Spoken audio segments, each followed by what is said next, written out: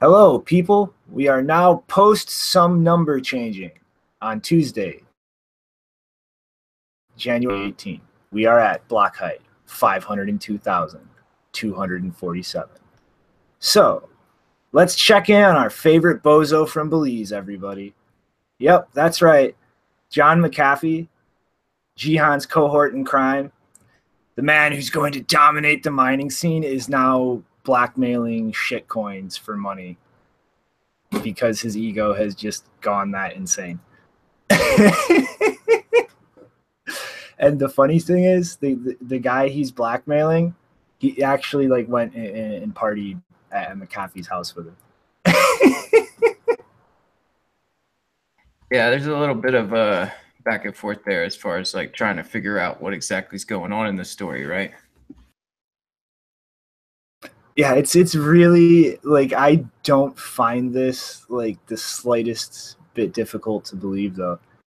I mean, like pretty much the long and short of it is this guy here in the photo is a big verge whale who went and partied with McAfee, and pretty much McAfee obviously claimed he was hacked recently and denied some of the altcoins that he was recommending, Verge being one of them. And then these photos surfaced of him pretty much telling them that, I got that $2 billion in market cap.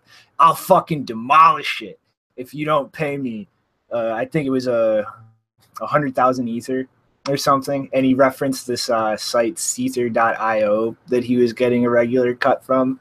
And this really looks like McAfee has just snapped and is just running some weird shitcoin extortion racket because he just has no other way to make money in this space. Yeah, I think it is like, I don't know, it just definitely shows like McAfee's got this definitely this degen thing going on and market manipulation to feed his habits. And I mean, there's one thing that just gives me pause about the whole thing is like I've heard of Wreath like once and like, but it's not much. And Verge I haven't really heard all. And this is really kind of more than just a tweet about a coin. If you could stir up some conflict and create a story to create, even more roundabout about like, this Verge, this thing, and, just passing the name along. And I mean, I think you could make some more money if you knew exactly when to short it too. So like, I don't know, there's sort of like this idea of mine is like kind of maybe there's this sort of even just a more elaborate deal for these coin offering tweets that McAfee puts out. But that's probably I mean, like to think that there's no truth to this, though. I mean, like that's just looking outside of what McAfee's done his whole life. It doesn't seem outside his character. So I wouldn't be too surprised if it's the truth, but then again, I wouldn't be too surprised if it's just a more elaborate way to try and manipulate the market and make as much money as possible. Yeah, exactly. It's hard to know if this is the PR stunt or if it's in response to not getting the PR stunt, because either way they get PR, and either way there's going to be a whole lot of dumb money that become aware of it. So, but I mean, gosh, it's hard to tell. Like, it's hard to even try to dissect what's the scam here and what's not, because at the end of the day, all of these products are such crap, right? Like all these altcoins are scams by their very nature, right? So whether it's McAfee trying to sell Bitcoin Cash or Bcash or whatever, or somebody trying to use his name to sell Verge or whatever the crap coin of the day is. I don't know. Who cares, right? Like dumb money is going to get sopped up and it's going to be reallocated away from anybody that would listen to John McAfee. Yeah, that Verge was one I didn't know of until this. I thought Verge was just a publication, but then now I found out it's an ICO. So that's where it's like, okay, so I'm starting to hear about something I didn't know about. It's like, just makes me think they're trying to pump it up as much as possible. Yeah, and totally. I just that would be a reasonable business model for McAfee to have, though. On the other hand, like, he does have a big following, right? And he has a big following of people that are just not the sharpest knives in the drawer, right? So for like, if you're the Nigerian prince, you definitely want to connect into McAfee's network because that's where the money's at. So I think that's That's probably likely. That's likely his business model, regardless of this particular leak or whatever. Mm-hmm. And I mean, like, you know, this, I kind of dropped this in the chat box for everybody, but I think this little article by Greg Slepak is pretty relevant. It's Waves of Cthulhu, How Banks Take Your Bitcoins. And it's pretty much just kind of like a sarcastic, like, hypothetical thing where it's like, you know, yeah, you can't mint Bitcoin out of thin air, but you know what us banks and rich people can do? We can print money out of thin air and buy that Bitcoin and then dump it and then buy more and dump it. And like pretty much at the end of the article, like the gist of it is like, hey, you still have to pay your rent in fiat. You still have to buy your food in fiat. You still have to pay your bills in fiat. And every time I'm buying those Bitcoins, I'm on the other side of the trade. And he even like gets into the like sarcasm of like, you think he can escape into the shit coins? No, I'll buy the top 100 shit coins just because I don't have the fucking time or care to see which ones are bullshit or not. And like that is entirely what is going on right now. And like we're going to see like Darwin on crack as far as like mechanisms like that to just get people's Bitcoins away from them, because you can't print those out of thin air. But you can print all kinds of other shit out of thin air to try and convince people to take in exchange for them. That's interesting. I know that that's kind of like plays into a little bit about what we're going to go into later on with the Australian banks and what exactly all they're doing with in Bitcoin and how much more can they play that game. I don't know. I guess we'll get into it. Mm-hmm. I mean, like, you have any thoughts on that particular attack vector, JW? Yeah, it's in the threat model. It's an attacker can deceive an investor. Let's see if I can get the wording right. An attacker can an attacker can deceive an investor about the utility or the value of Bitcoin. One of those two words.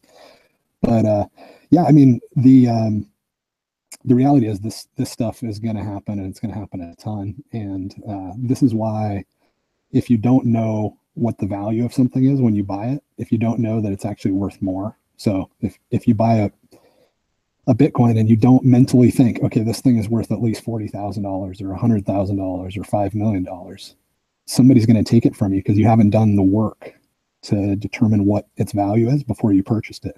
If you're making all of your value decisions based on price history, you're just a sheep to the slaughter. And frankly, I need you and I want you to get broke as soon as possible. And I would rather have the Jamie Dimons of the world have your money, because they'll do less damage to humanity than you will. So sometimes I'd prefer evil over dumb. And this is one of those cases. But in the long run, all those manipulations always result in Bitcoin being higher than it was before the manipulation started. So it's all good. I guess let's slide into the other bozo that we're dealing with today. Like, just when you think the lesson was learned, just when you think there's no possible way that this person can double down on stupid. Yep, he does it. He does it again. The Toshi, the DApp browser for the Ethereum network.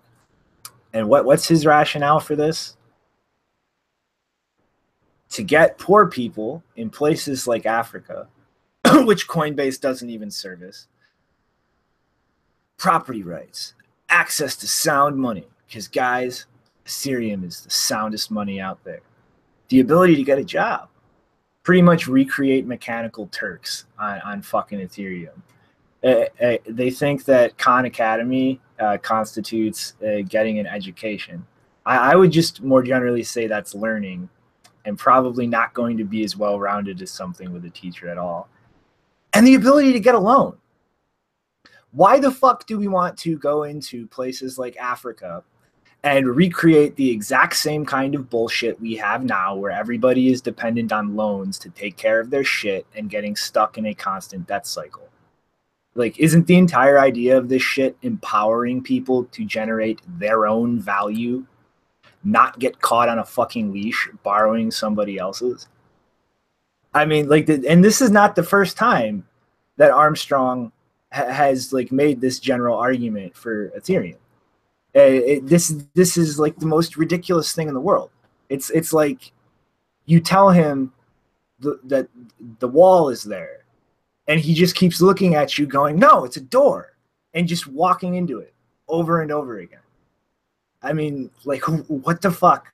I don't know. This is like, I don't know. It's starting to see just more and more of this, where it's like we're helping people in Africa with our coin, and because we're sticking to the white paper of it's a eCash, and it's sound money, and it's just like, I don't know. I feel like they're using a lot of kind of the nuance and description of Bitcoin to sort of just lead as many people astray as possible to think that that this is somehow going to solve this problem of banking the unbanked, by having just another central authority trying to turn this thing around. I mean, I don't know. To me, like, the whole thing is really just like eye-opening to where it's like, Coinbase, make a move.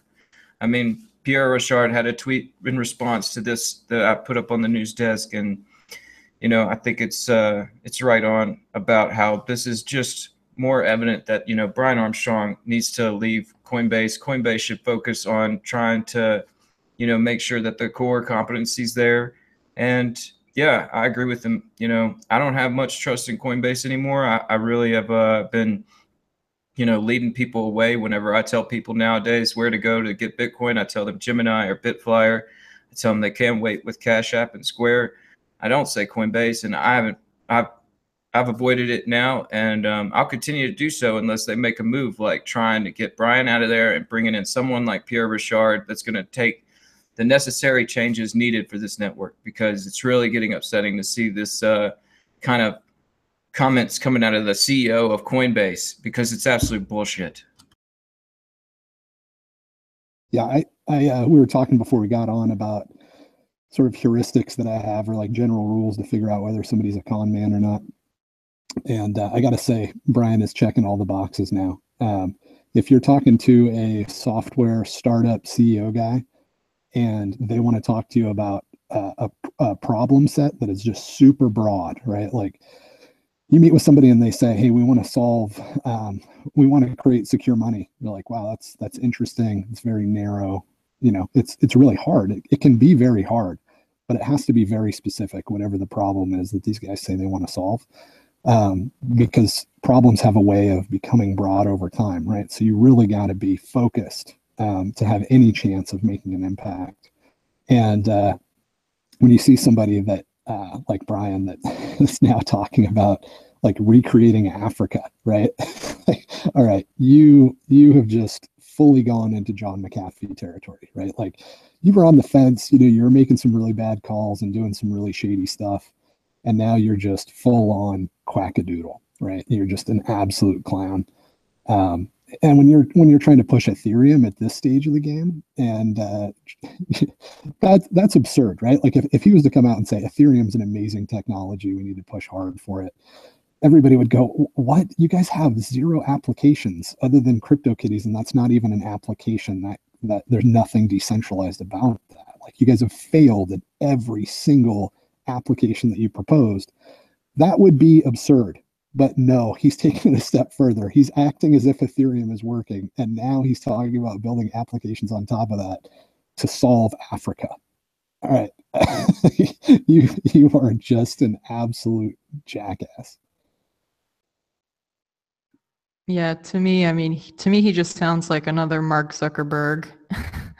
Like, every time I hear him speak, hear Zuckerberg's voice, I see Zuckerberg's face. Like, he just sounds like this whole Coinbase and his whole enterprise just feels like another Facebook maneuver, because that's exactly what Facebook did. They went into Africa saying, "We're going to help Africa get onto the internet, except we're going to actually make it a walled garden, and the only internet you can access is via Facebook."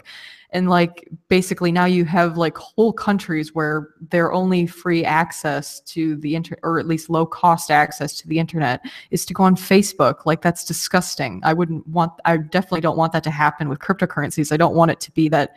Like, I'm actually glad that Coinbase doesn't have a lot of business there, because I don't want people in Africa to be signing up to Coinbase to be their experience with cryptocurrencies. That's the opposite of what it should be.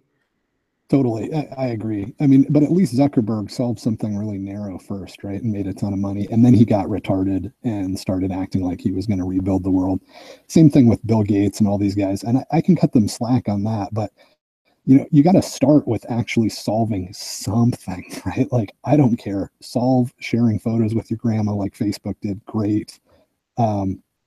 You know, do DOS, which is a very, you know, narrow problem. They never thought they'd end up with $1 billion company out of it.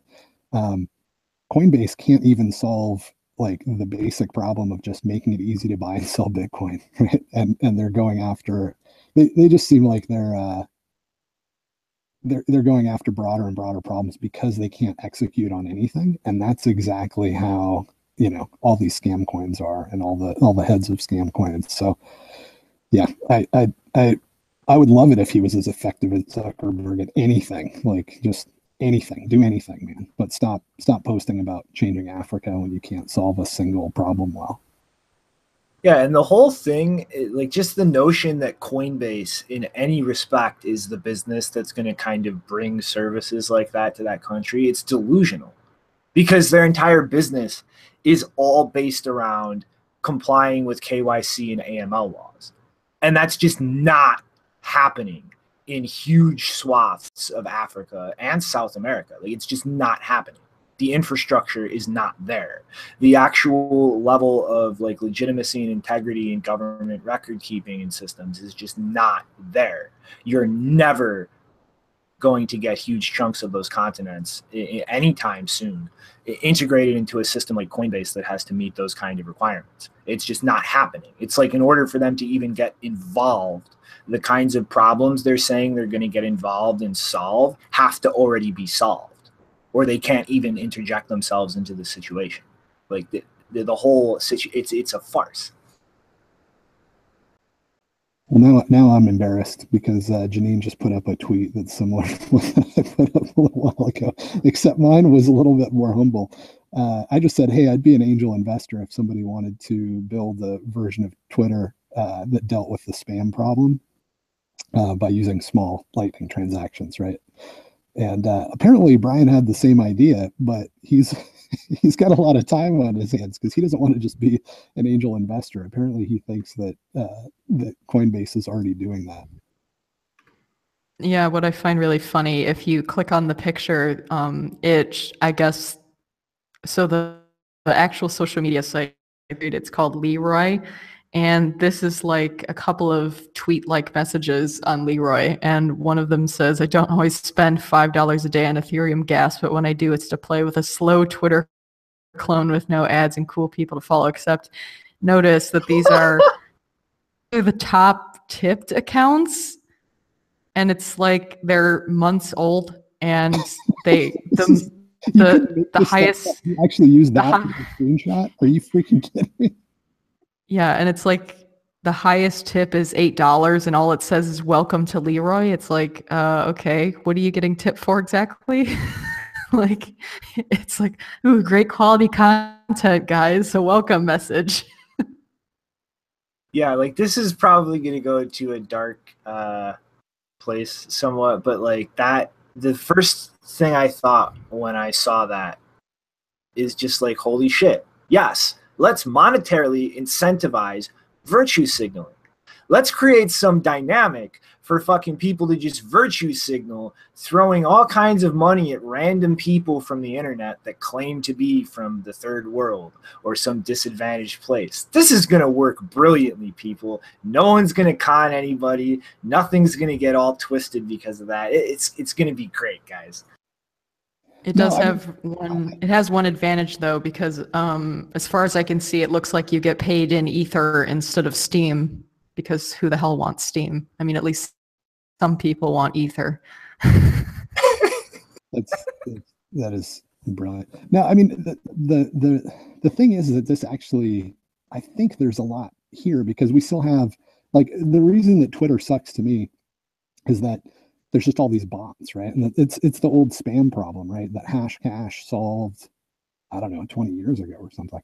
But it's not really solved because the easiest way to do it would be with microtransactions of Bitcoin, right? Like if I want to send you an email and it costs me 200 Satoshis, then you're not going to get any spam mail, right? Because the economics only work out if I can blast out for basically free and hit 10,000 people.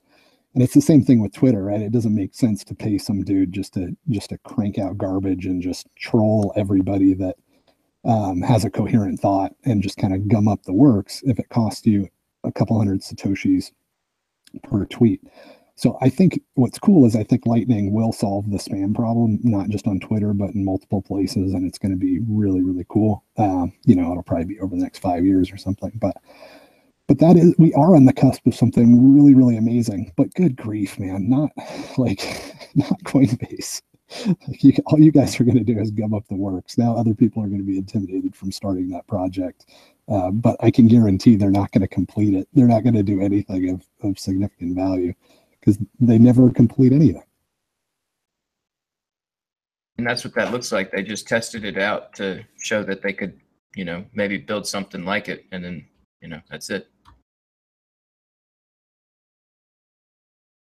Mm-hmm. Yeah. And I mean, it's I don't know. It's just, I feel like Coinbase is just the sandbox where Brian plays with his toys. Like it's ridiculous.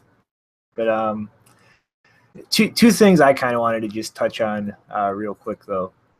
This one is a little old, but I thought it would be kind of a nice reminder for those going into the New Year's, maybe a little pessimistically thinking, oh, Bitcoin's, it's all this trouble, the price is going down. Remember this Danish Bitcoin billionaire is pretty much rebranding a hockey rink as the Bitcoin arena. And one of the main players is actually getting his salary paid in Bitcoin. Like this is still a thing that's happening. Like this is not going away. This is now going to be literally a sports arena with this brand and one of their star players getting paid in it, likely like espousing it in public, just normal people being widely exposed to it in a positive and encouraging way from people that they look up to or idolize in their own ways. And, it's, remember guys, think past the news cycles. And then this was actually pretty interesting. A while ago, some lady, Diane Reynolds, did an OCaml simulation of Lightning Network where you could kind of plug in different variables and see how well the reliability of payments succeeding would be. And a lot of these were pretty awesome. Like 10 million users with a gradient of value distributions through the channels. This is how many routing attempts failed out of 500,000 payments. 7. Got 3 with big payments, 1 with mid-size, and 3 with micro payments, with an average length of 17. And then here are other figures broken down for 1,000 attempting payments. Yeah, the routing fail jumped up a lot in raw numbers, but statistically speaking, this doesn't look really that bad. It's 10 million people and 1 million attempted payments. And this is just with what we have available now. This is without iterating and improving on things.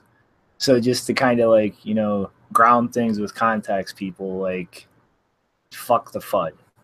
There's a lot of big things that are going to be happening this year, and I see a lot of exciting times ahead. Yeah, I saw a tweet from Jameson Loft that I liked about Lightning Network, talking about how it's already rolled out. To say when it's actually deployed is going to be kind of hard to say because it's just an organic growth.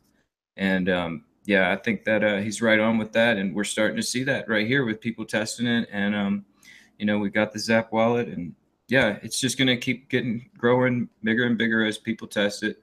And same goes with Bitcoin mainstream, like that Danish hockey team having a Bitcoin arena. I think it'll be pretty funny. You see Bitcoin arena on Google Maps, the announcer saying Bitcoin arena, Bitcoin logos. And I mean, it's just just like the McAffee ICO advertising is just how do you get brand awareness? I guess you just throw it on there and maybe we'll see a lot more, Bitcoin people that have a lot of Bitcoin buying local teams to try and just promote the name, because we see a lot of banks and a lot of corporate entities doing the same thing. And I mean, it makes sense. So I could see it happening further. Yeah, I'm definitely excited about Lightning. I think it's coming along. Every week there's some new news of progress, and it seems like we're going to see some pretty amazing stuff. I agree. It's pretty exciting. Yeah, and it's like, the one I want to like drive home, like the one thing I think gets lost for a lot of non-technical people, like it's not just a network. It is a protocol that can be used to construct all kinds of use cases, products, and networks. I mean, like routing payments through a distributed mesh network.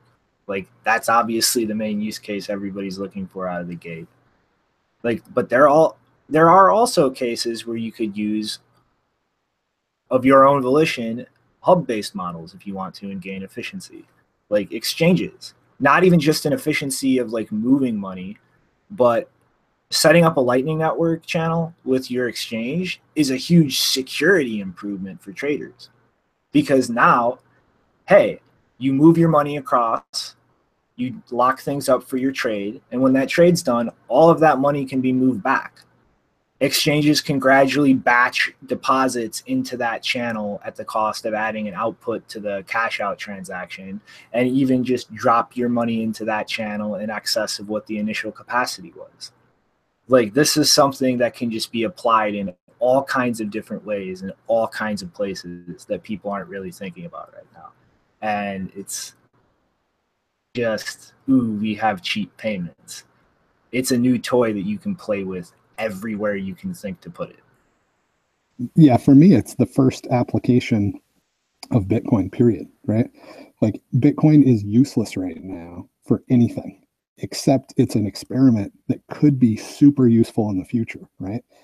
But I wouldn't go through the trouble of doing a bank transaction to get $500 to send you $500 so that you can go through the trouble of assuming that you actually need to spend the money and, to go all the way back to US dollars. That application doesn't make sense. The closest applications maybe have been like international wires and things like that. But that's really pushing it. Like, I wouldn't, if somebody has said, hey, I have a startup to solve this problem and it has these pros and cons and it had nothing to do with Bitcoin, right? I'd be like, I don't know. That's not super, it's probably too much risk and not enough reward, right? So for me, microtransactions are the first time that Bitcoin can actually be useful to solve a problem. And it's not built yet. So whatever the pricing in my mind of Bitcoin is, it's like a startup that has some plans to build something useful, but hasn't released anything useful yet. That's what Bitcoin is to me today. Post Lightning, it might be a very different story. So I couldn't be more excited about it, really. Yeah, I'm with you. Post Lightning, we might see all sorts of interesting use cases prop up, but for right now, man, come on, this is that use case. You gotta, build up your own value. I don't know. That's where store value. Yeah, and it's a store of value because we think it's going to be useful in the future, so we're speculating on what it's going to be able to do. But Lightning could be something where it actually can do. It's like we're no longer having to look to the future of a scenario where it would be useful. Yeah, that's true. But guys, don't you know that the Lightning Network is a creation of the Federal Reserve to take over Bitcoin? Oh my God. We played with this meme yesterday, didn't we? The Bilderberg Group. Yeah, they all want us to use open source, anonymous transactions. And that's how they're going to take over Bitcoin. For somebody that's been in technology for a long time, this sort of stuff is so weird. Like, I can't imagine.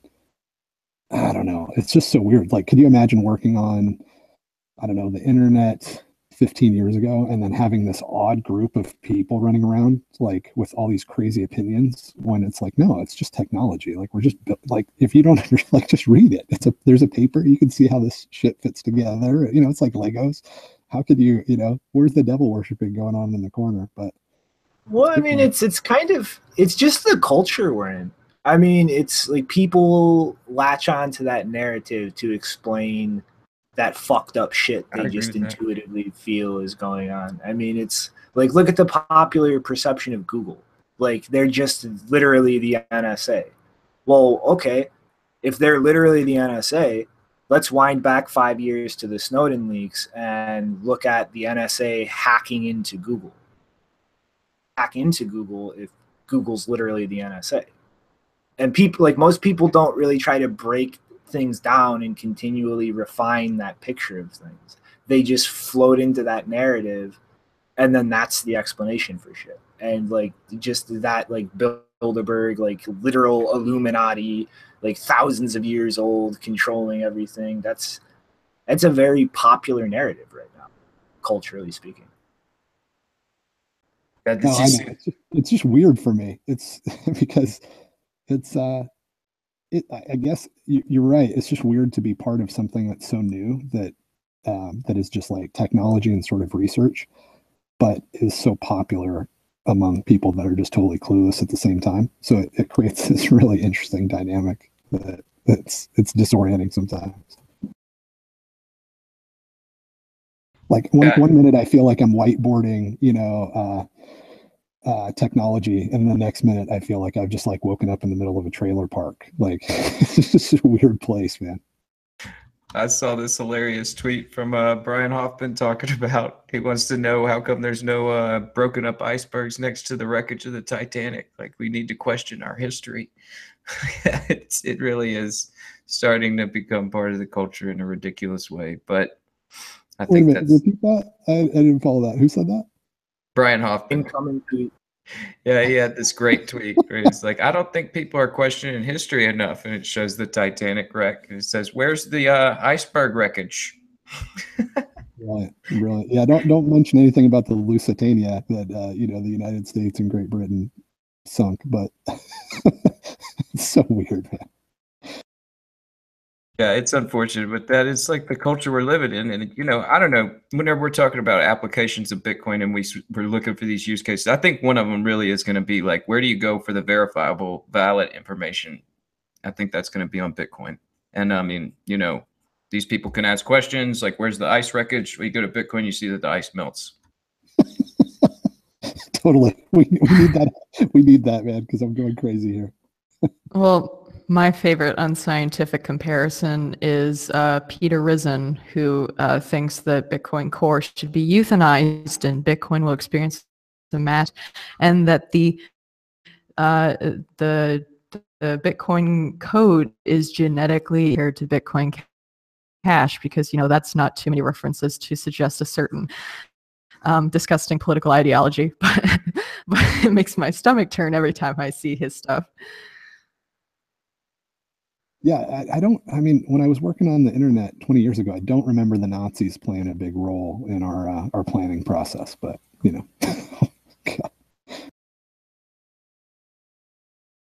Yeah, it's just that, I don't know. Like, I don't want to sit here and just be like, he's a white supremacist, because that's just ridiculous narrative conjecture.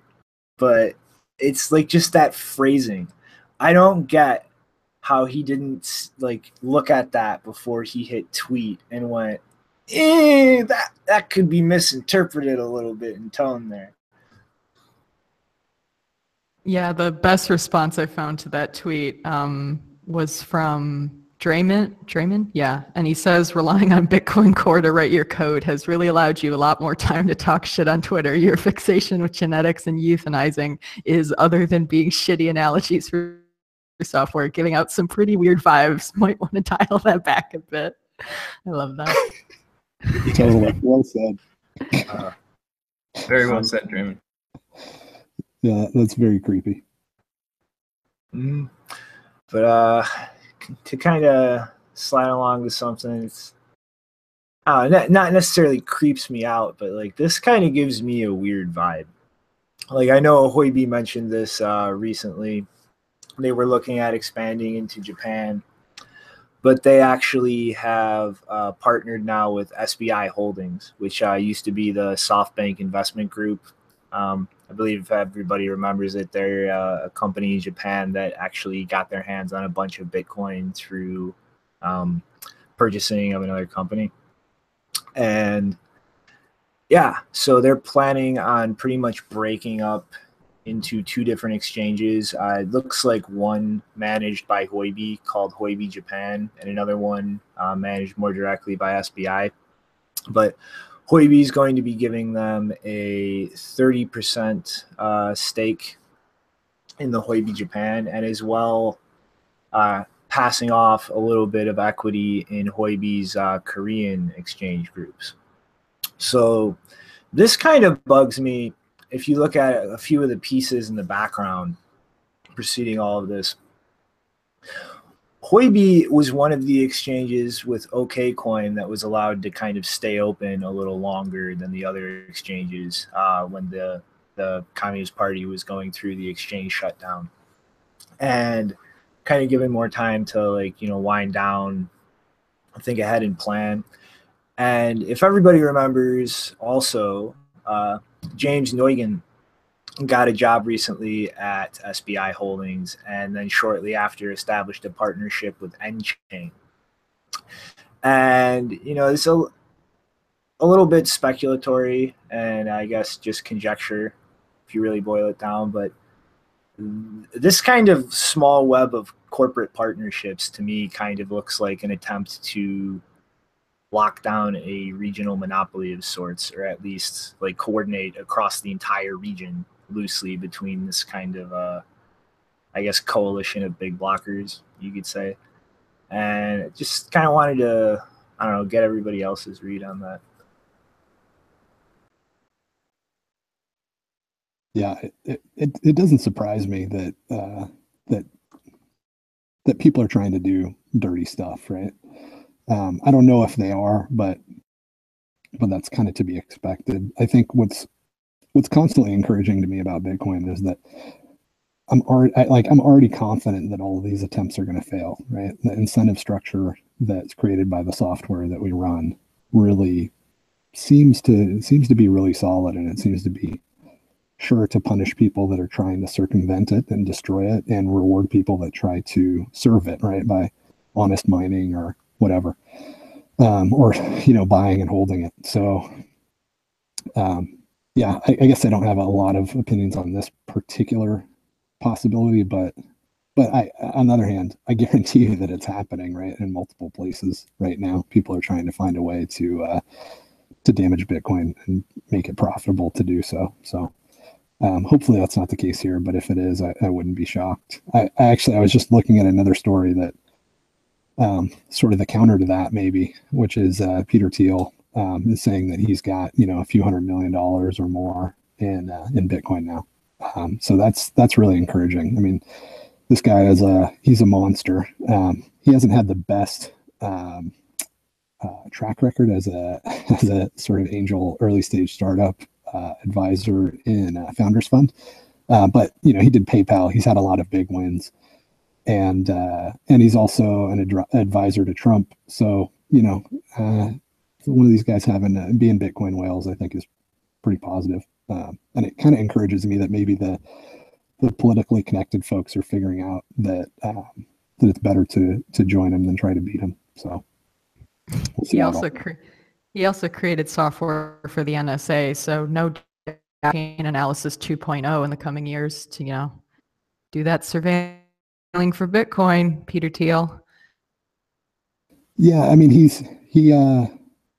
I wouldn't say he's like a virtuous character, but I would say he's been successful and he's politically connected, and now, at least to some degree, he's on our side. And I think we're going to see more and more of that, right? Like I tweeted out, I don't know, a month ago, like, what would happen if every congressman owned one Bitcoin right now?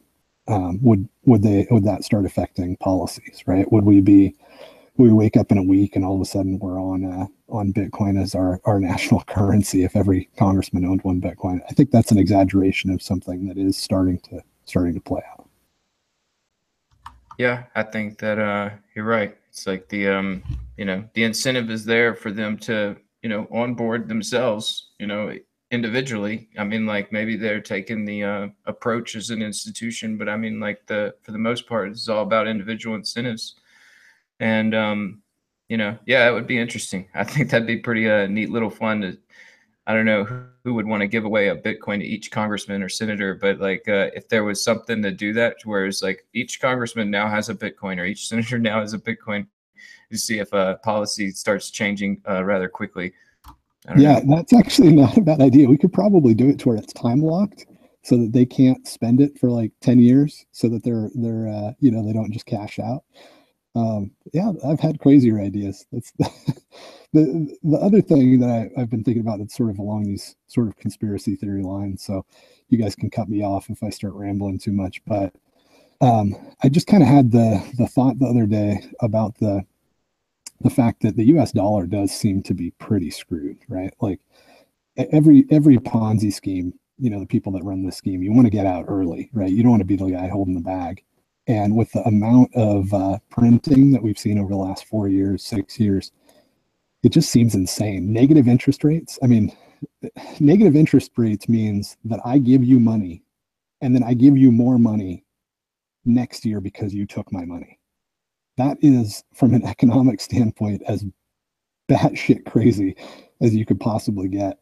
So maybe we really are, and I know, you know, if you've been around a while, there's always been somebody saying, "Oh, look at the debt clock, you know, today's the day, it's about to come off the rails." But really, maybe it's really soon, and maybe the people that have been running this scam are starting to realize that you can't run this scam forever, and instead of trying to shut it down and create a new currency, which is going to be pretty tough, right? I mean, we've done it in the United States a couple times now, where we've just, you know, killed the greenback and created a new currency from scratch because we ran the scam as long as we could. But I could see, you know, if you're sort of in that super politically connected class, saying, all right, well, this particular scam is up. It's time to jump ship, guys. And we could try to bootstrap another one, but why? Like, why create a new currency so that people 2 generations from now can screw over the population when you can make more money yourself just jumping into Bitcoin and shifting over into a sound currency?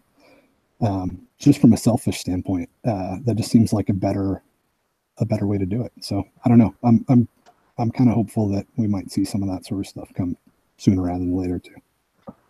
Yeah, and I mean, because like, you know, when I look at like, you know, big moves by companies or players in the space, I like to kind of break it down into like it's each like abstraction layer. Like look at things in terms of like individual players. Look at things in terms of like individual entities like businesses, and then kind of take a look at the end of like the entire like geopolitical context of like, you know, a country or a region, and to kind of see the way that China has kind of locked down the exchanges in their country, and then but not quite outlawed Bitcoin, not made moves like crazily against mining, just more like enforcement of like, you know, regulations dealing with electricity sales, like codes and like all the just stupid little shit. Not like we're trying to stomp out miners, but now they're trying to let one of their biggest exchanges, which I'll remind you had that little bit of leeway that only one other exchange got in winding down, is making massive expansions. Like first they did a while ago into Korea. Now they're doing the same thing, partnering with a conglomerate in Japan that's partnered with N-Chain, and consider the whole Bitmain involvement with Bcash. And that started literally as a direct proposal from Bitmain prior to August 1st. And I just see the beginnings of them trying to orchestrate infrastructure in the region to kind of keep Bitcoin out of the hands of their citizens, or at least put as much friction there as possible, but create inflows of Bitcoin from other countries in the surrounding region. And that just, to me, like kind of stepping back and reading a lot into like the different implications of things and kind of supposing a lot, like a big geopolitical play on a national level, potentially, and not just like a company building out for its own benefit because, oh, they said we couldn't do this here. You might be right on that. I mean, like the only thing I would think is like they must be expecting everything to remain stagnant because we do have decentralized exchanges coming on, and where these centralized exchanges will kind of be seen as like a foregone thing. I hope. I mean, like it's possible. And I mean, like as far as the negative interest rate thing goes, I mean, like if you tie that to its logical conclusion, you know, guys like Peter Thiel and everybody, like I mean, it's like, yeah, you're living on a hill, but you're surrounded by hell. So, you know, the choice is it's if you just follow it out logically, it makes sense. You want your neighbors not to be starving so much that they think about coming on that hill and killing you for your steaks or whatever. I mean, this all makes sense. But yeah, there's definitely going to be some stupidity along the way to try and drag it out in the wrong direction.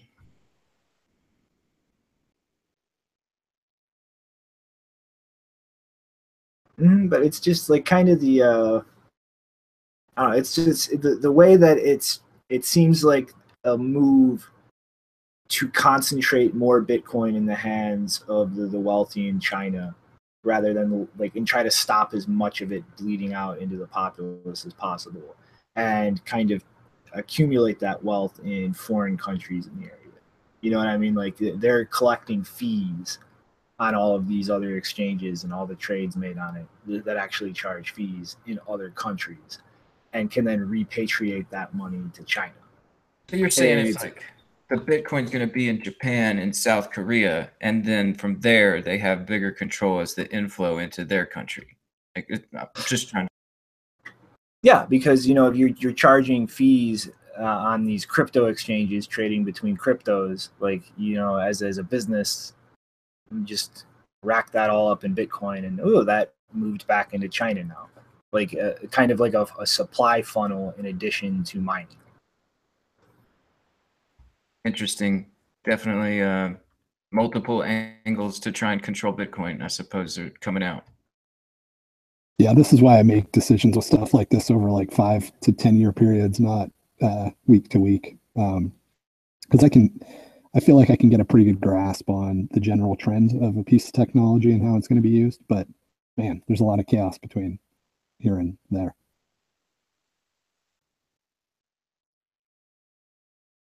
Oops. I'm not even like specifically just talking about like control. I mean just as like a way to stockpile it. I mean like you look at countries like China and India, they've spent the past like decade or so like stockpiling as much gold as they could. Or like yeah, I mean even like, you know, 20 years. And then pow, Bitcoin came out of nowhere and it's just totally disrupting that economic role that precious metals filled. And like they've spent like decades kind of under this assumption like that's going to be the cornerstone of things. So from like a geopolitical level, like countries like India and China, considering their general plan of like trying to maintain more autonomy economically speaking, they have all this dead weight or soon to be dead weight in terms of gold. They need to start accumulating Bitcoin, and they need to kind of be very inventive and opportunistic in all the ways they can do that. And something like effectively like draining resources from foreign economies around them, setting up these exchanges. It's a pretty brilliant, you know, doesn't stand out. It doesn't look like any kind of tactical move like that. It's just a business expanding because it can't operate here. Yeah, I mean, it makes sense. I think if they were smart enough to do that sort of thing, like, you know, we would be seeing like, I don't know, those Three Gorges Dam like being used nothing to mine Bitcoin and stuff like that. But yeah, it could be a lot more, you know, just a delicate way to try and take that little bit of where you're not really that obvious about it, I guess. But I'm not. I mean, like I'm sure that people are trying to gather up Bitcoin. I just I don't know if it's really like the smarts of the government by itself. Like we're saying, maybe there's individual actors that have incentives. I don't know. It's speculation, but it's not that heavy to speculate like that. Mm-hmm. And sorry to have dragged that on so long, Janine, but you had this nice tweet. It's kind of darkly humorous. I don't know.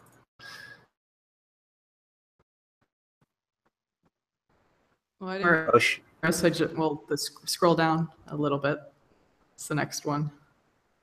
Yeah, there we go. So yeah, I thought it was just interesting because it's a picture of, I don't know when she took it, so I can't really confirm like a New Year's kind of celebration we're doing, but they were basically hanging bolivars on trees recently. I thought that was an interesting picture because it shows you that, you know, money has become so worthless there that they're willing to just hang it on trees for, you know, a holiday celebration.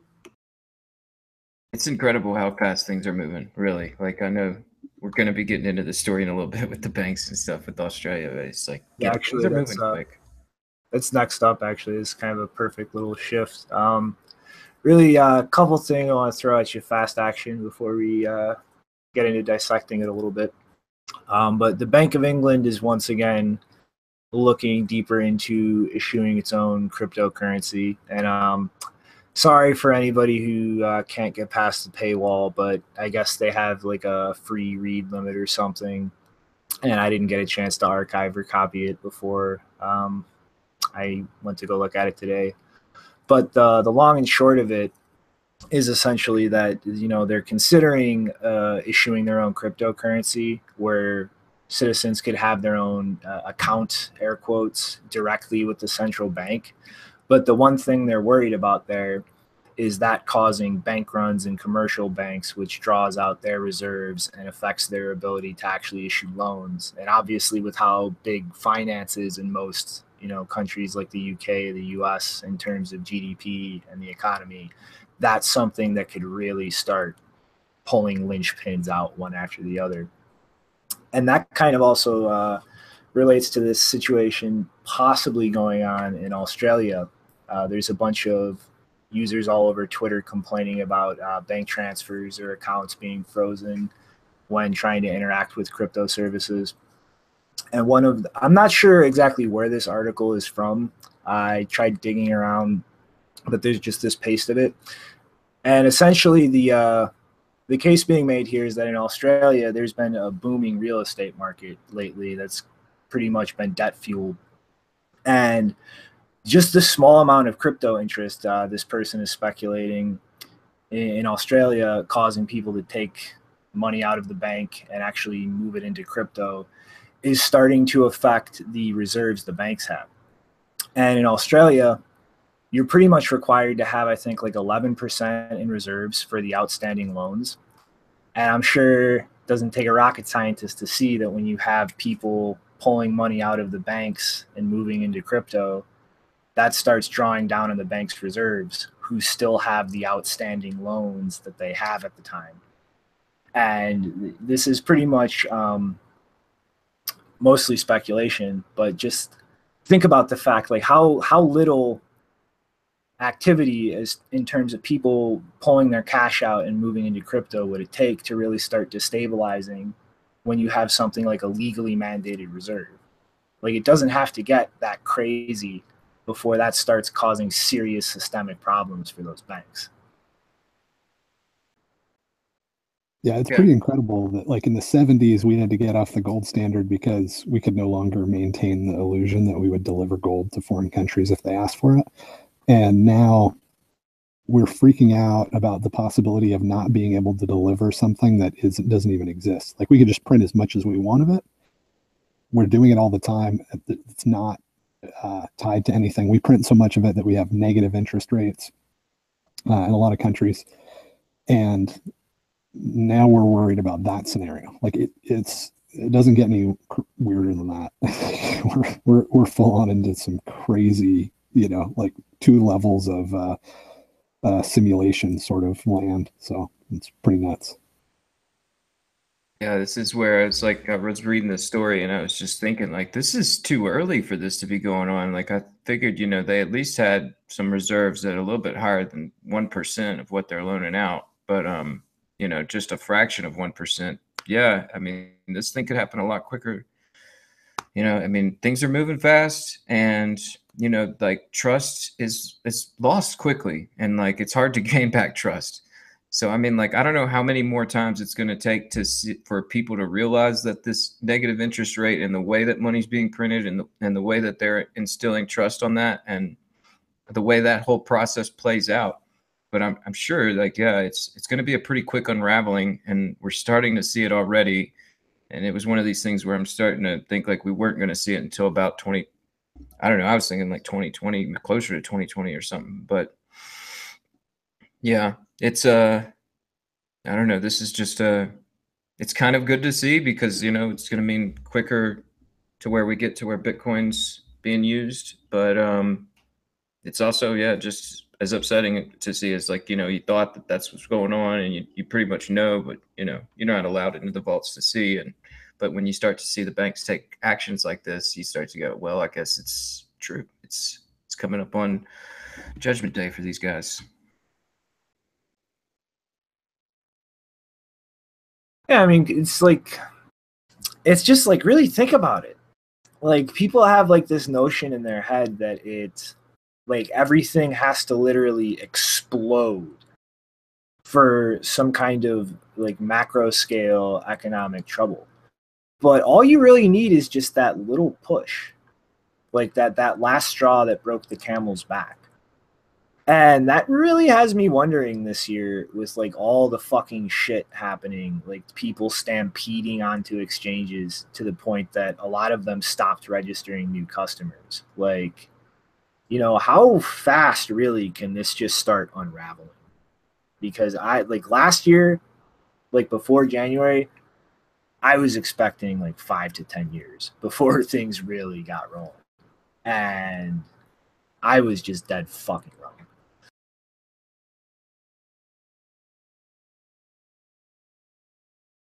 Yeah, that's what I was trying to just say earlier, that things are just moving at a lot quicker pace. Lightning Network's here. SegWit is getting, it's getting implemented, and even at BTC.com. That's incredible. But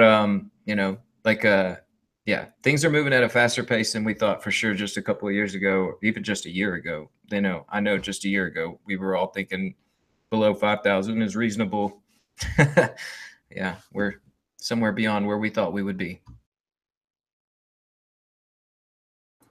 Yeah, JW, this fucking graphic. I love these things to just visualize things. Yeah, so the thing that kills me about this graphic is you look at like sort of how the Ponzi schemes build on top of each other, right? You have hard assets, and then you get to stuff like the stock market, and that looks significant, and then you go to global debt, and it makes look at the stock market, right? These are a visual representation of how much money is involved. So, that looks pretty impressive compared to gold and, the charts up above where you have little tiny, sets of squares. But then as you go down to like the Ponzi schemes built on top of Ponzi schemes, go down to derivatives. Like that's global real estate up there, right? This is like all the land on Earth, and it's a couple little blocks, and you have to scroll for like 3 pages. It never ends. It just keeps going. It's all darkness. Look at all the baseless gambling, people. Black hole.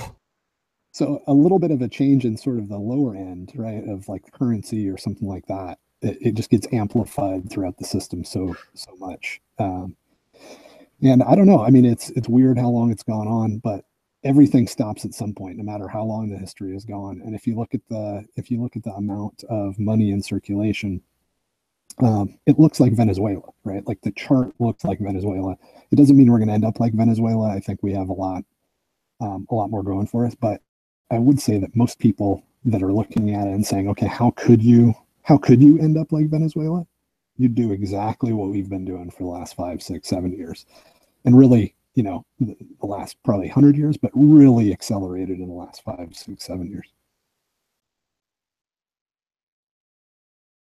Well, yeah, I mean, inflation only stays stable when you're constantly issuing more money.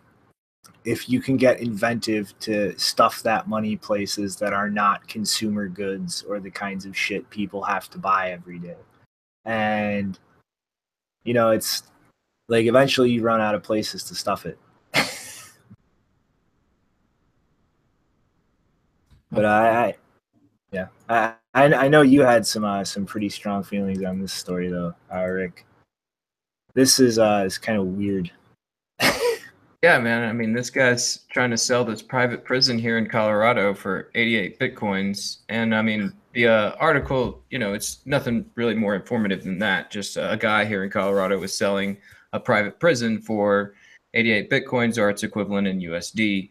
And I was just saying it's interesting, you know, here in Colorado, because, you know, in Colorado, I moved up here for, you know, basically the sort of lacks part of medical regulations to where I could try out other sort of medical treatments. And, you know, it's really kind of like a part of the culture here where people really are kind of open to the idea of stepping into a system like Bitcoin, because they kind of see the problems that are, you know, brought upon from decisions made from entities far away from here. And so I thought it was interesting to see that, and kind of like the idea of like, you know, hey, you know, these people are up for accepting Bitcoin and using Bitcoin. And, you know, that's one of the reasons why I came up here, is searching while I was looking for a place to move. I was thinking, where can maybe the population is ready for this? And there was several places, and Colorado sort of seemed to be taking this step away from, you know, where they'll do their own thing here, and, you know, we'll see how it goes. So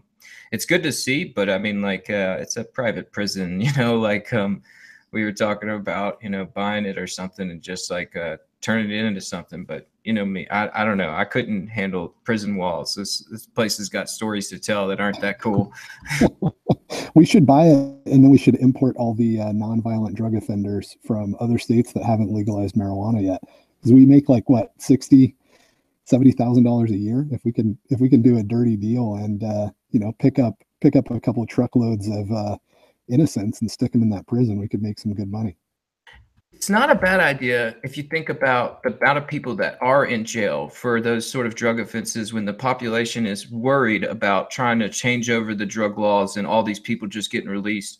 Because I've been in places in the military where it's like you're on a facility and then you're allowed to go out for the weekend and stuff, but you just have to check back in at the end of the evening and come back. And I mean, like maybe some sort of like halfway house like that, where these people that are just being jailed for cannabis offenses, maybe they could come to the state of Colorado at this private prison where they'll be allowed to leave the premise, you know, into a certain area. Like really, really some experimental stuff when it comes to, you know, how you should be treating prisoners for certain things. I mean, it's definitely awesome. I was just being a jerk saying we could profit off the suffering of people that don't deserve to suffer. that's a better way to go. Good job. We can do both. We can just make the nice jail. Nice jail that doesn't exist. But you know, Yeah, well, on a serious note, as jail is freed up because they don't have as many marijuana, you know, convicts, right? Is that what's going on? That's probably the case. Probably the case is why they got to sell it, because like, hey, we're running out of criminals here, so selling it. Say I can't actually imagine anyone with that amount of Bitcoin actually wanting to spend it on a prison. I'm pretty sure they would only buy it as a future apocalypse shelter.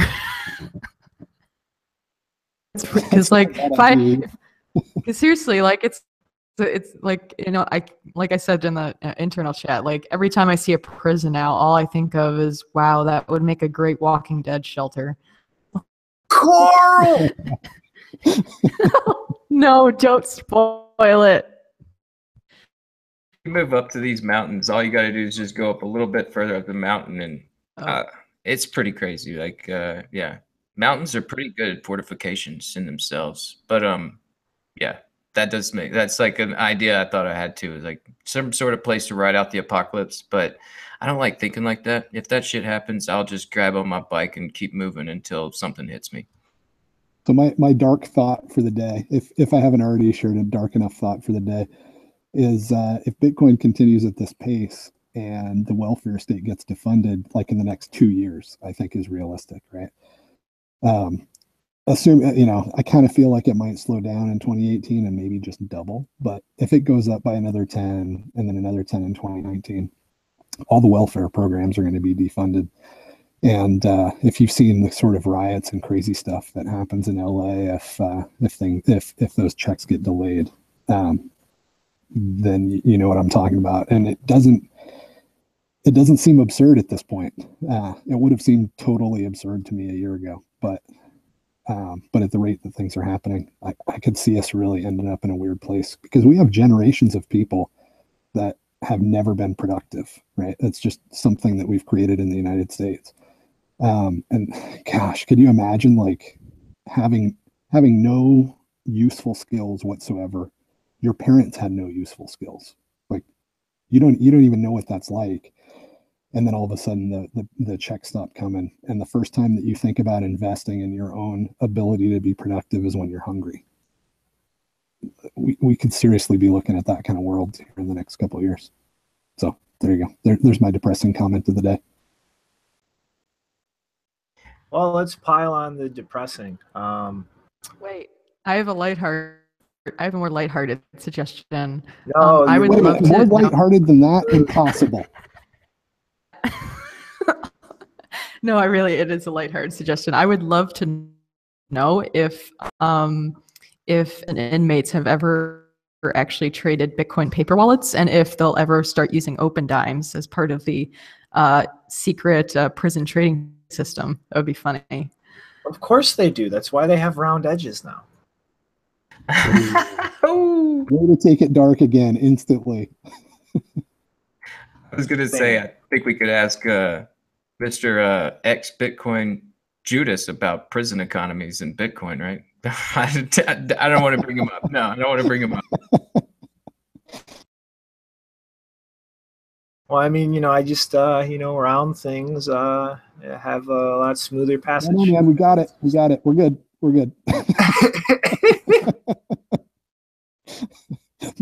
On to the depressing. What's the depressing? So one thing I've been seeing for a while is kind of just an argument from a lot of different places that Bitcoin is effectively compliant with Sharia law because of the lack of interest and usury.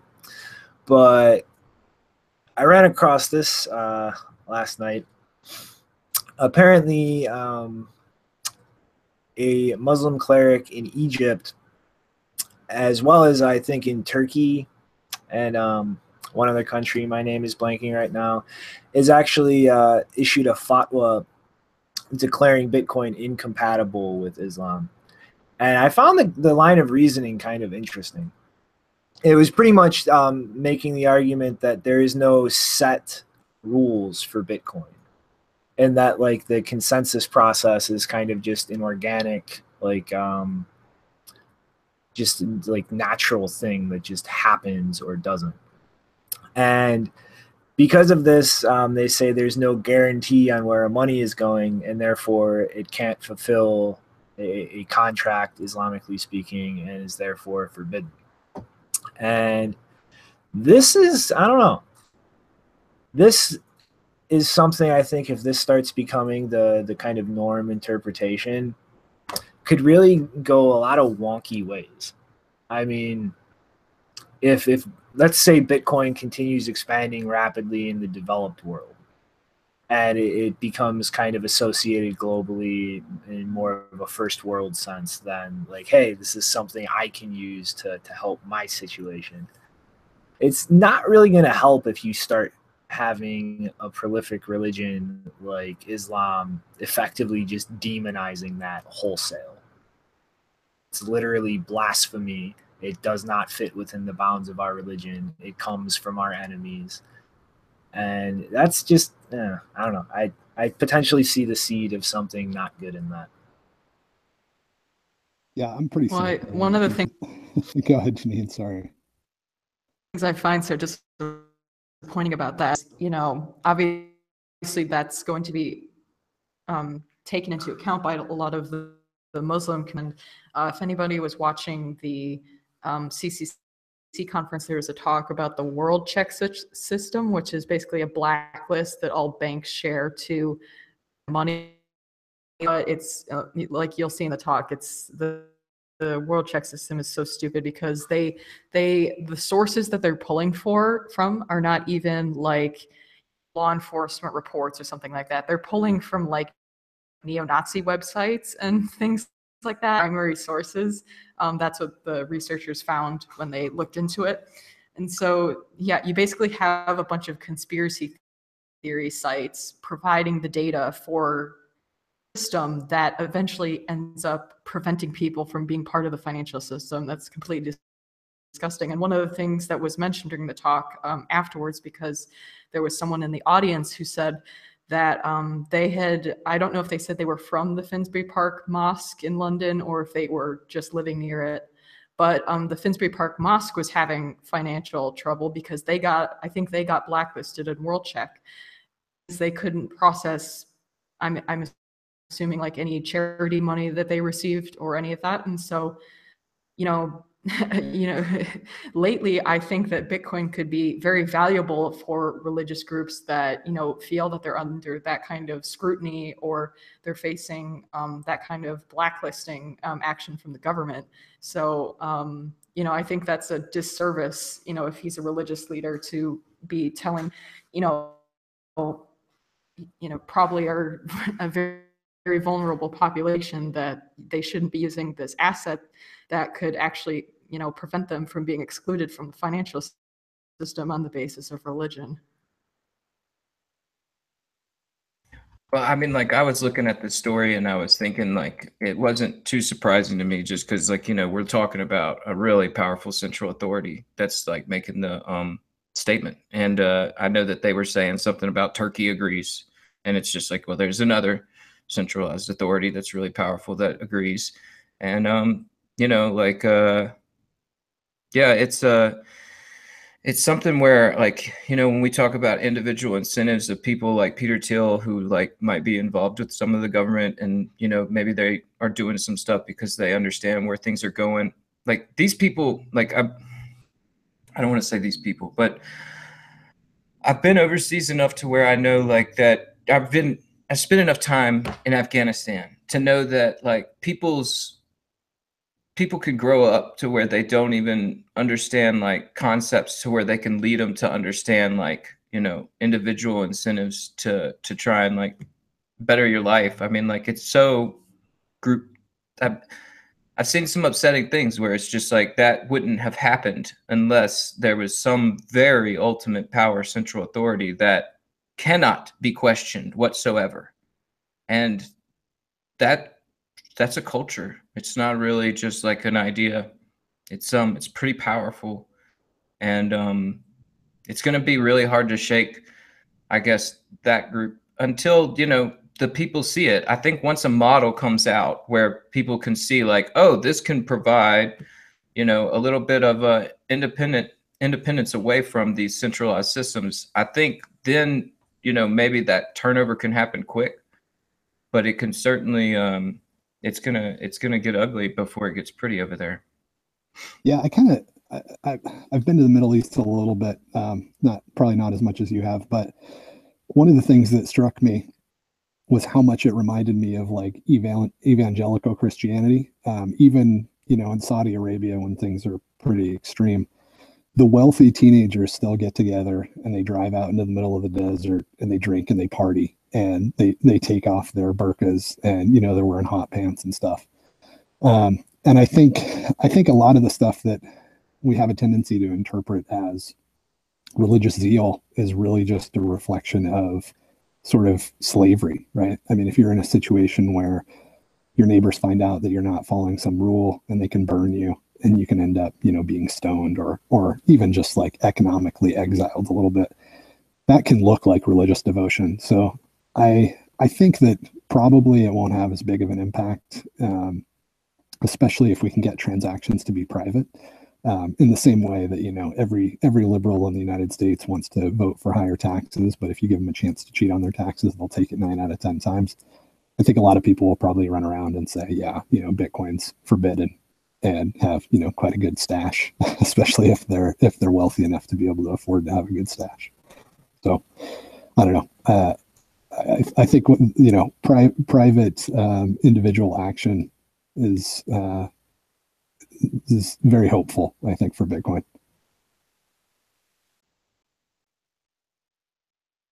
Yeah, it's a pretty good assessment. So who's?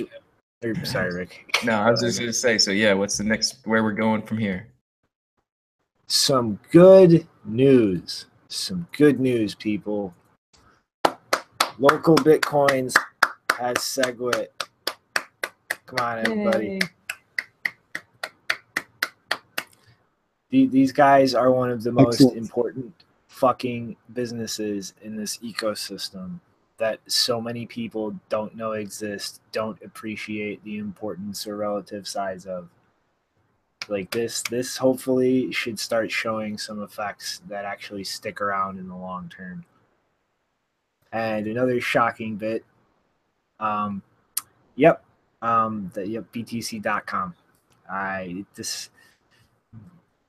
A Bitmain subsidiary implemented SegWit before Coinbase. I'm just saying. Where you at, Coinbase? What you doing, Brian Armstrong? Get out of here. Actually, I think they even announced that back, because I'm a little confused because I thought that they announced that like back in November or December. I was pretty sure I thought they actually implemented it a while ago, but maybe that was just an announcement that they were adding it. I think that's it. It was just an announcement. They were working on it. Hey, Bitcoin's back over 15K. Nice. Sweet. Hey, back up. Other numbers are changing, people. Let us have a moment of silence for all of the noobs who sold off at the low. All the panic sellers, all the guys that are trying to follow Satoshi's true vision. I'm sorry for your loss, but I'm not really. I'm glad you're less influential in the future. And for all those weak hands, I'm sorry. Dude, I just honest wild speculation. Let's talk shit about somebody. I want to know if Roger actually sold most of his coins or not. Absolutely not, man. Roger's role is to take money from the stupid and put it in his pocket. And he's actually not as bad of a money manager as the stupid people that give him the money. That's the role of a con man. But there is no way. He's not that dumb. He wouldn't do it. He if he thought he could pump it or he timed it wrong, he could have been burned. But I guarantee you his plan here is to get more Bitcoin. He never for a minute, he didn't hire a single developer, dude.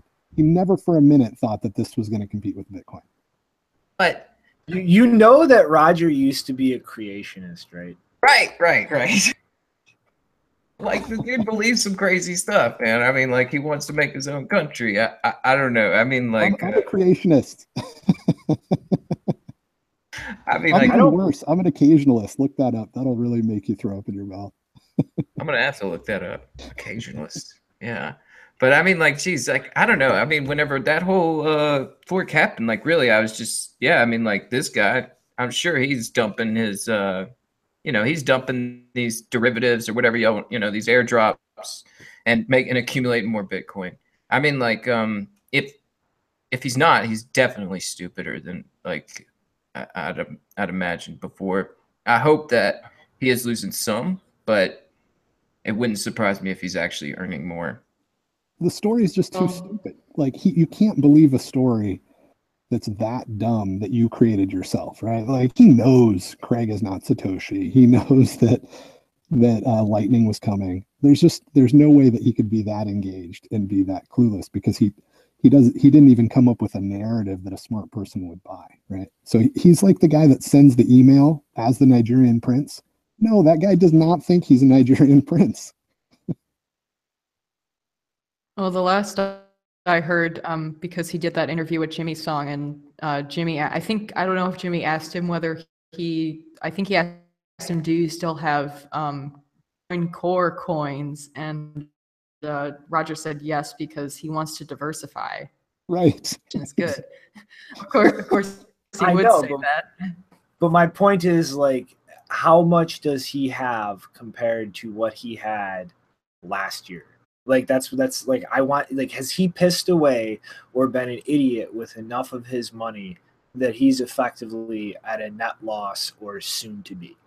Yeah, I'd like to know that too. I mean, that's just asking the question, was his was the con effective, right? Did he get out of the Ponzi before it was too late, or did he end up being one of the guys holding the bag? Well, let's just say that he apparently sold off enough of his Bitcoin into fiat that he is now having banking issues. I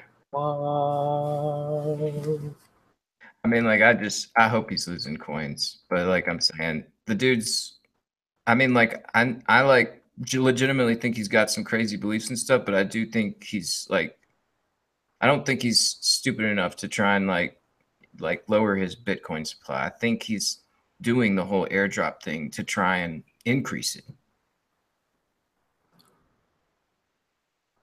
Yeah, Star Wars quote time. Who's the more foolish, the fool or the fool who follows him? I think Roger's just nuts, honestly, at this point. Like, dude, he went on the Rubin report and said that assassination markets were going to bring about a utopia. And regardless, JW, I know you could offer an argument for that, but he did it thinking that normal people who watch the Rubin report would agree with that. That's true. That's true. That's not where I'm going if I get on the Rubin report. I'm saving that for you guys. Well, I do have a question. Speaking of airdrops, what the hell is the oh my god if that happened recently? Because I saw a tweet about that and I was like, what the? There was apparently an airdrop of Ethereum that was called oh my god or OMG. I have no. Does anyone know about that? No, but it sounds like a great first one. Like the OMG, the airdrops are here. Please go buy Ethereum because there's going to be 1 million more. No, this might be the one last chance to get a pump before the big exit. I don't know. Scary Ethereum. Maybe that's the killer app of Ethereum. Maybe they can fork still. I don't know though. Can their code actually support forking, or did they find a way to even break that capability? Either way, I don't know, but it is scary. It's like it's pretty hard to break the ability to just copy the code, but if anybody could do it, Ethereum could do it. Yeah, they certainly could. Yeah, and other news about things that involve shit talking. What the fuck is Bitpay thinking as a merchant processor? Pretty much breaking compatibility with the majority of the majority of wallets in the ecosystem. I mean, like, hey man, we got like this business where we like take money for like stuff, but you got to jump through this flaming hoop and then do a roll on the floor and ball up the money and get it in the basket, or we won't take it. We only want your money if you do those things first. Shut up, Marty. Just shut up. But like it's like just the business logic is retarded. And on top of that, like this pretty much requires SSL verification because it uses secure communications between the wallet and the server. But that kind of also requires adding dependencies to the wallet, such as OpenSSL, the broken, shitty library, the Heartbleed, the thing that got replaced in Bitcoin because it was completely fucked from the ground up as a crypto library. And like that's not really the smart idea. Like we're gonna, like, it's just double stupid. Like we're going to cut off more than half of the fucking users in this ecosystem from being our customers unless they switch to this software, which has added security complexity using something that has such a track record of being broken. It was literally replaced in Bitcoin proper. And it's, where does the full retard end? Like, like seriously, like to me, somebody's trying to get ready for a board meeting in 2 or 3 months, and they need an excuse for the crappy volume. And they need to be able to say, well, yeah, these numbers are down, but it's all part of our strategy. We knew it was going to be a problem. And, the numbers are going to come back up, and the profitability per customer actually went up. So if you multiply these numbers by our bullshit metrics that are in 9 months, we're doing great. Like, guys, like I don't have the budget for this, but somebody out there, like, seriously, Bitcoin companies, you have an entire comedy sketch show right there. Like, you could milk that for seasons, years. You could get famous and wealthy off of that idea. Somebody fucking do it. A Bitcoin version of Silicon Valley. Perfect. Actually, you know what? I bet the next season of Silicon Valley is going to be nothing but ICOs. I mean, like Whitest Kids, like, Upright Citizens Brigade, just like a straight, like, isolated sketch show. Like, you could milk that to infinity and beyond, because the stupid is not stopping anytime soon. We really do need a crypto comedy sketch show. That'd be great. I'd be tuning in every week. I mean, we got Mike in space, but I thought that's more of that. What are we doing here? I'm trying to brainwash people into making things that make me laugh. I hope it worked. But seriously, on the Bitpay thing, like, I think it is kind of funny the way we see like this, like right on top of the BTC.com SegWit, and we know like it's the same guys behind both. Like, it's like, Jahan playing both sides, trying to, I guess like make sure that he's making as much money as he can on the way to whatever direction we're going. I mean, like, I really feel like Jahan is not that stupid. Whenever we're talking about Roger Ver dumping his coins and stuff, I really feel like Jahan's one of the ones where he's like, for sure, playing this Machiavellian game of trying to be sure that he's one of the top Bitcoin holders throughout the years. I don't know whether or not he's going to be able to achieve it, but I think that's what he's working towards. Yeah, it might be. The first thing I always think of is just like the dumb money in the system. It's not always just the dumb money affecting altcoins.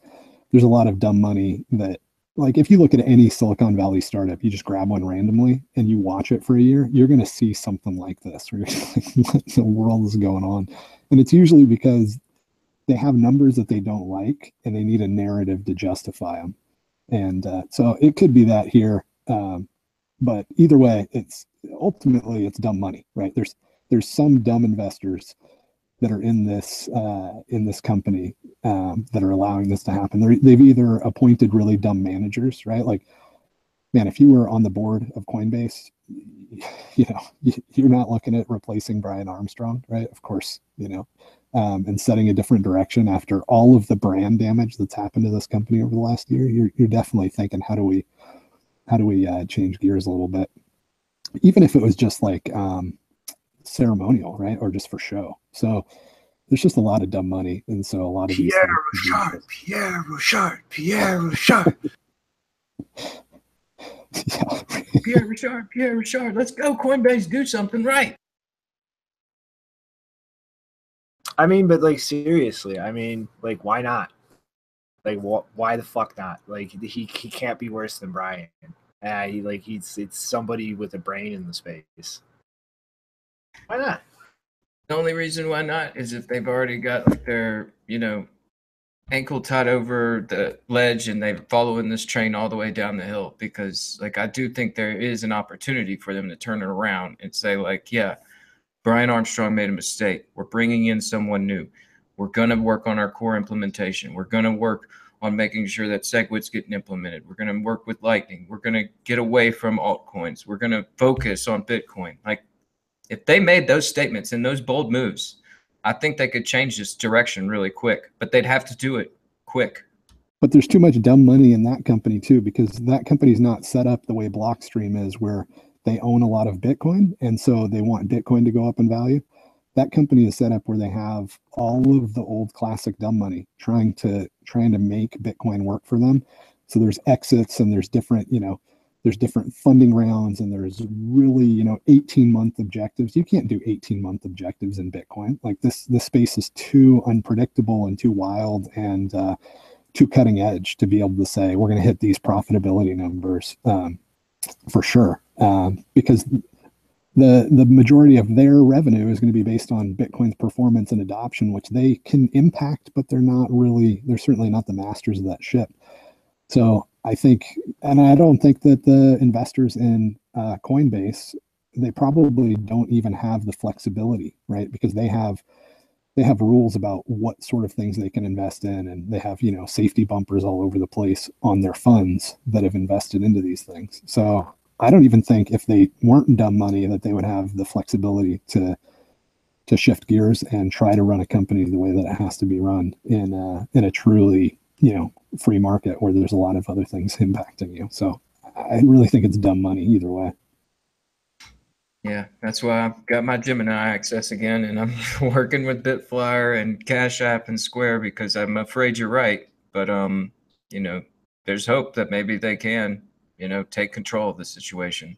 And if they were, I think that if they would just listen to like Pierre Richard's, moves there as far as the steps they need to take, I think they would be right as far as like gaining back the community. But like you're saying, if that's a possibility, I don't know. Well, I mean, like earlier this year, I was seriously hoping, especially after seeing them actually hire a developer full-time for the Lightning Network, that they were kind of in the process of digging their head out of their butt. But after like this whole Bcash incident, like this post yesterday about Toshi browser on Ethereum, it's just like it's fucked. And it was such a waste of time and capital and exposure in this space, with considering how well positioned they were to literally just fuck it up in every single way it was possible to fuck it up. And also, wasn't it Brian Armstrong who said that they were ready to go with SegWit 2017, just like Peter Smith? Or am I remembering that wrong?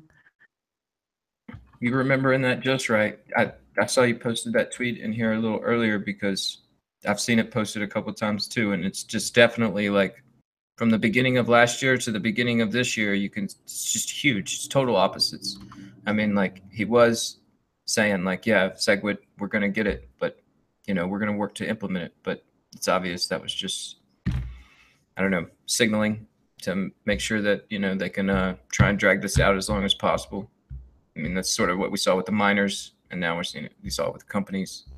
So I'm with you on this hashtag, brains not Brian. Hashtag brains not Brian. Pierre Richard. Let's do that. Let's get it done. Come on. Get on it. Get it. You get on it. Start it. It's your hashtags. You need to kick it off. Let's go. Come on, I need that tweet. Tweet. I have managed to not get myself blocked by anybody so far, except for, oh, yes, I remember. What's his name? Who's a terrible journalist? Can't even remember his name. He's in my article, though. You can find him on my blog.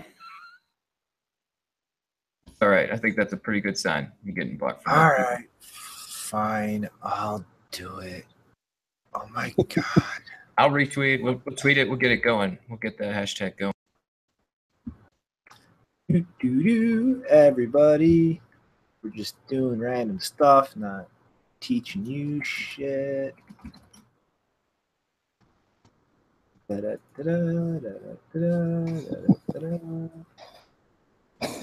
Maybe we could talk about the next story while you're putting that one together. That I have absolutely no comment except where the flying fuck was Mike in space. What? The most influential list, I think, is what he's talking about. Yeah. Where the hell was that list, dude? That list was awful. I have many comments about that. Many comments. There was one person in there I didn't even know, but apparently, it's JP Morgan's ICO girl. And then, Jahan was way up in the list, number 10. Yeah. Janine, do you think this was just like absolutely bought and paid for? Like they just had a fundraising experience, and all the PR firms for these guys threw out numbers? And, They I consider comes out of Coindesk is like only a couple of rungs above Telegraph in terms of journey, and that's a stretch. So I went through a list because address Amber, because Amber was apparently the most contentious, or probably the most addition to the list. So she works at JP Morgan. She's lead or something. She's like their main blockchain consultant. And I want to focus on this tweet in specifically because she says, for those confused why I'm on Coindesk, realize that there's a world beyond Twitter and it's where most business still happens. That is like a giant fuck you to like all of the people who aren't even on Twitter. Hey guys, I'm like such hot shit. You guys are just like losers in your mom's basement on Twitter. So like just deal with it. Like it takes some arrogance to say something like that, because there are people who don't even have Twitter accounts who do work towards specifically Bitcoin, but just or decentralized cryptocurrencies in general. Like for her to say the only reason she got, or the only reason other people didn't get added on the list is because stuff happens outside of Twitter. That's such an, because, and if you wanted to go the route like we needed to have a woman on this list, well, great, you can have people like Pamela Morgan or Elizabeth Stark. Yeah, Stark actually does some stuff, and she doesn't work for JP Morgan. Dude, even Meltem does more than the random bank lady. And like, what? Okay, I have more to say. Okay, you guys got it out of me. Why the fuck is Pieter Wuille not number one? If anybody on this list is like seriously, because Amber's in the right meetings. She attends meetings, guys. There's rooms where they have meetings and they schedule this shit like days in advance. And there's like 12 people in the room. None of them know what they're talking about, but they're having meetings and there's an agenda and it's serious. That's why. Because what does he do compared to that? Dude, and like Naval, like I like Naval, and like he's got a lot of fucking gems of wisdom packed in his fucking Twitter account. But I mean, sorry, man, what the fuck are you doing ranked higher than Pieter Wuille? Like, I'm sorry, dude. Like I love the shit you fucking do, but just no. And like same with Charlie. Like I love you, Charlie, but I think Pieter should be up there above you. What they do to Charlie? I don't love you, Charlie. All you did was copy somebody else's code and change a couple things, and you're a shitcoiner, and you've exited the scam. I just noticed that. Oh my god! You came out with the exit scam, and you said it when you tried to justify it by saying like, oh, you know, I sold all my LTC, but not because it's not super valuable and it's not going to go up, just because I want to be impartial. So yeah, screw you. Is Coindesk calling Charlie retarded? I think there's some subtlety to that. I mean, I don't see the connection. Integrity. The connection there. I wouldn't have, like, the last thing I would have thought to compare Charlie Lee to is Forrest Gump. Like, what is even the connection there? What the hell? Like, I don't know. Just calling him retarded. Brain damage. Yeah, when I was looking at this, I saw that, and I was just like, why? Like, all these, like, badass, like, did you see the Amber girl? She looked like a badass daywalker. And here's Charlie Lee, looking like Forrest Gump. Come on, Coindesk. Yeah, and, like, Damone. Like, two JP Morgan people. Two.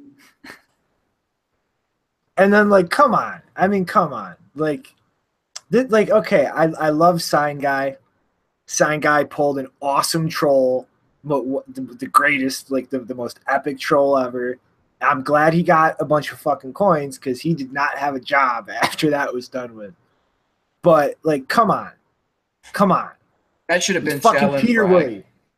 Every single person listed above Pieter Wuille on this list is blasphemy.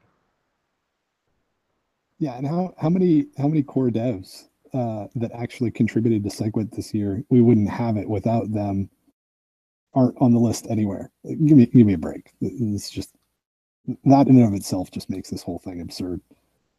Yeah. To be honest, like, based on the cartoonish nature of all the pictures that were made, I don't know, I wasn't really paying attention to the rankings. It seemed like they were trying to build like this Bitcoin universe of like, they had to have a villain, the Zen master, as they had Pieter Wuille. They they had to have the Dark Knight chick or whatever in it. And it's not, so I wasn't really paying attention to the rankings that much, but the idea that someone who does blockchain consulting for JP Morgan, the go-to woman in the space in terms of influence, that like I didn't even know who she was yesterday.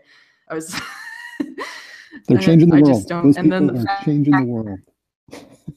The fact that she was so arrogant about being on the list, like that really ticked me off. Like the comment about Twitter, it's like there are people who deserve to be on this list, and it's not because they're on or off Twitter, it's because they've actually coded stuff that is going to influence a lot of people and is not being recognized. Coindesk.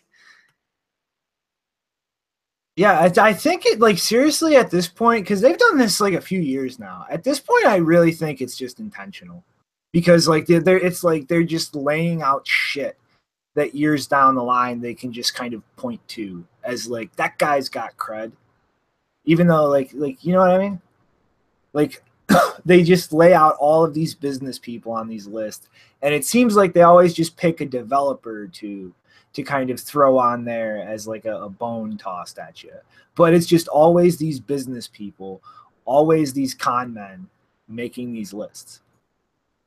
In all seriousness, I really do think that if you took the time to track down, and this goes for pretty much most magazines, I think, or publications, if you take the time to track down where their ad revenue is coming from, these lists are just like, they're just throwing bones to people that have put money in their pocket over the year.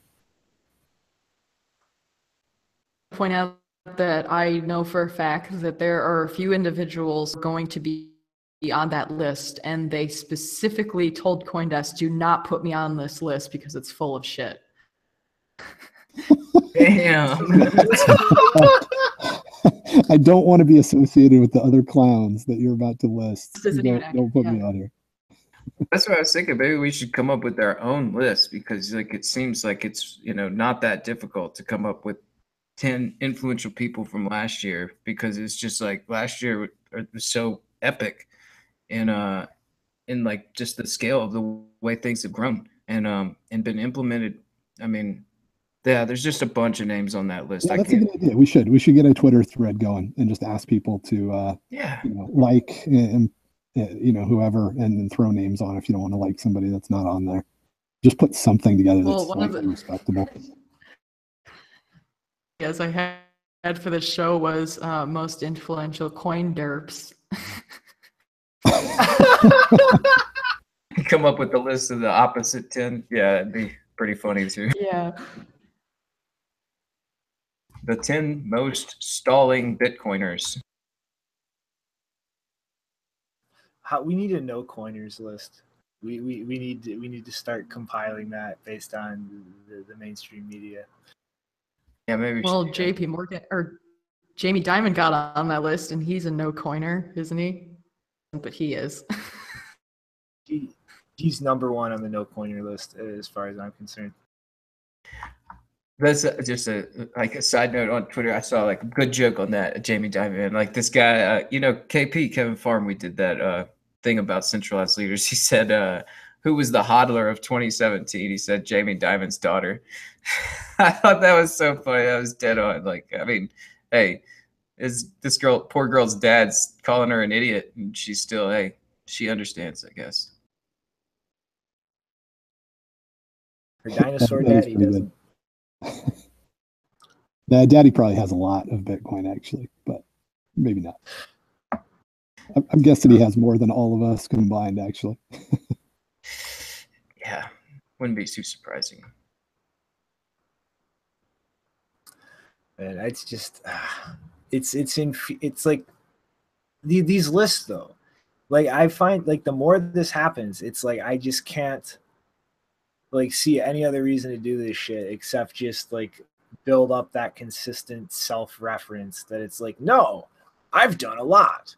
I'm a name in the space to reckon with. And it's like, I don't know. It's one of those things that people need to call out more directly. Like this isn't just like, where's this person, or like why aren't they here, or why are they at this rank? Like, no, this whole thing is just horseshit. to pretty much just whitewash like the backlog of history. Yeah. I think that yeah. I'm sorry, I was thinking at just that point, like sorry, I just lost it, man. That's all right. It's we're almost at 2 hours, man. It's all right if you start getting a little tired. But yeah, I do think that this is just a way to make a few dollars for Coindesk by throwing the right PR to the right people that are likely to throw them back some advertising dollars next year. I remember it now.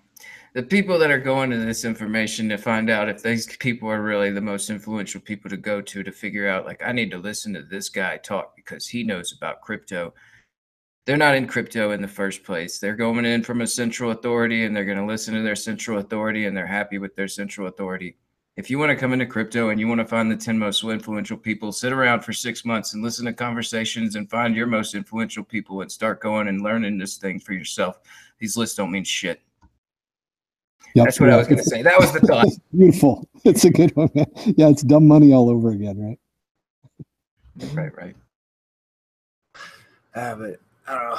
Anybody got any wind-up thoughts? We're officially out of stories, and I have no ideas except make Morty voices.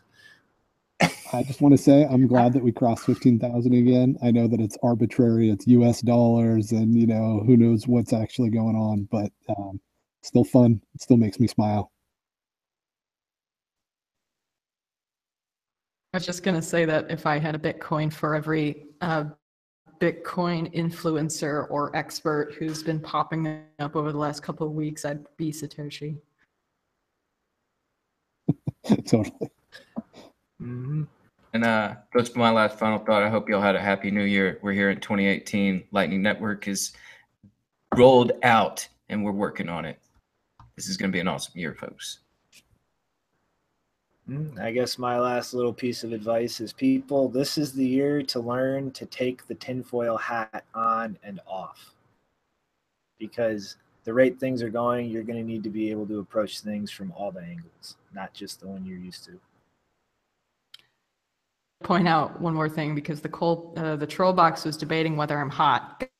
Guys, I'm in a northern European city. Places at this time of year, I am definitely not hot. It's very cold here. Bam. and on that note, you crude assholes in the troll box, like and subscribe if you want. And I guess we'll see you on Thursday. Toots. People.